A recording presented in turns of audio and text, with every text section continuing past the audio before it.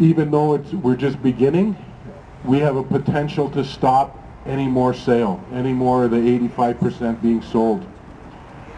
MPPs like Potts across the province need to understand that they are not working in the best interests of the ratepayers or their constituents across the province. A couple weeks ago, the Auditor General came out with a report, and over the last, I guess, roughly 12 years, they overspent by $37 billion on the privatization. So now with the Auditor General's report and the sale of Hydro One, there's no oversight and no accountability officers that can investigate Hydro One. So how much more are we going to be getting ripped off? Because it doesn't work for us.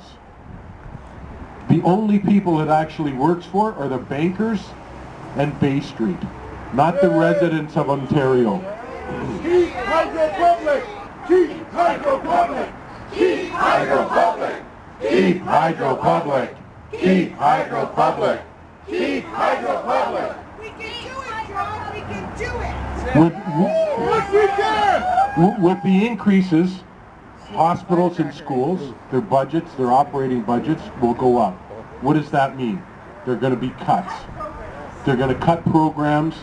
They're going to cut workers. That's the only thing it's going to do. We need service! Mr. Potts, by him supporting this with other MPPs, is not what he was elected for, right? So if he wants to be re-elected, and hopefully we don't re-elect a Liberal government, if he wants to, he has to come out publicly and say, I oppose hydro privatization. So I know the next speaker will get into the history of the privatization of hydro, Bill Reno, and so I'll let him. Good morning. I want to talk a little bit about the environmental impacts of the sale of Hydro One to the private sector, but just before, John mentioned history. And there's a dramatic history of public power in Ontario, because a little over 100 years ago, there were votes held in 20 municipalities in southwestern Ontario, including right here in Toronto, and the question was one question on the ballot: are you in favor of continuing to get your power from the private power system of the day or to the newly established Ontario Hydro? And the vote was 90% in every municipality to go for public power. Now, probably many of you have been to Casa Loma, over there on the hill. Casa Loma was built and owned by a man, Sir Henry Pellet, who was a part owner of the existing private power system before Ontario Hydro. And so profitable was private power that you could build a castle in the middle of Toronto with the profits from this.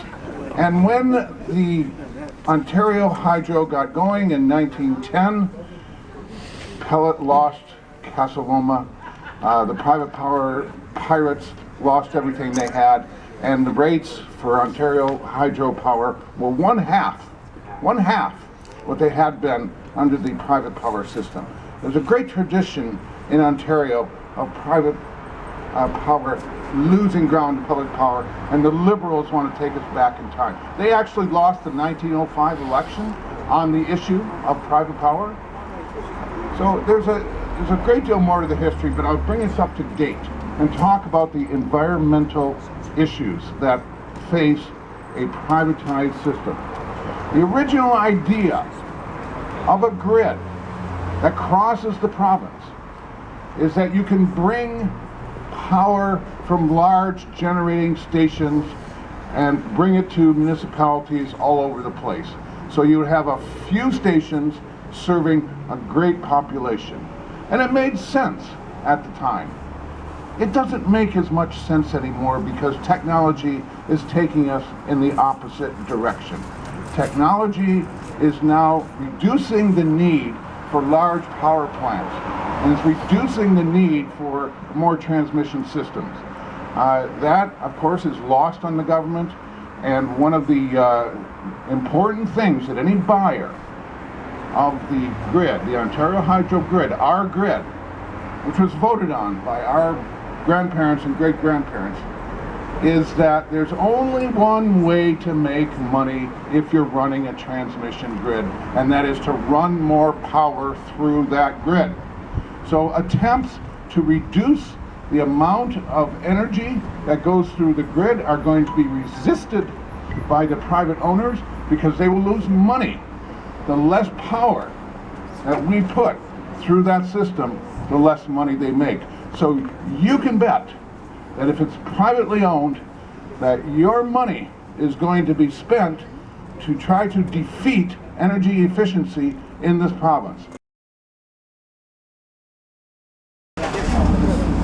I'm going to hand it over to David. Thanks everybody for coming today. This is our local MPP. He never said anything during the provincial election that there was going to do anything about the sale of Ontario Hydro. We are also, as residents, concerned that Toronto Hydro may be impacted. And what our message is to Mr. Potts today, we are in your riding. We do want you to stop the sale of Ontario Hydro. We do not want Toronto Hydro touched. And we are asking for a meeting with you. We also have suggestions for alternative revenue sources.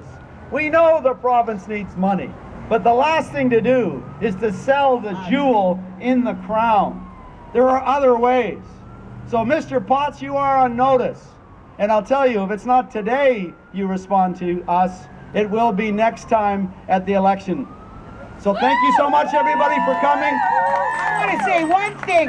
I don't want to live with candles. So it doesn't need to be sold, and I'm telling you that right off. And this can't be just one demonstration and then it goes away. We gotta keep this up because I'm sure as hell not living with candles. She's not living with candles! We will definitely be back. Thank you so much, everyone. So this is delivery for Arthur Potts. And Arthur Potts, we are asking for a meeting, and we are asking you to stop the sale of Ontario Hydro. Thanks so much, everybody. Keep Hydro public. Keep Hydro public. Keep Hydro public. Keep Hydro public. Keep Hydro public. Keep Hydro public. Keep Hydro public. Keep Hydro public. Keep Hydro public. Woo!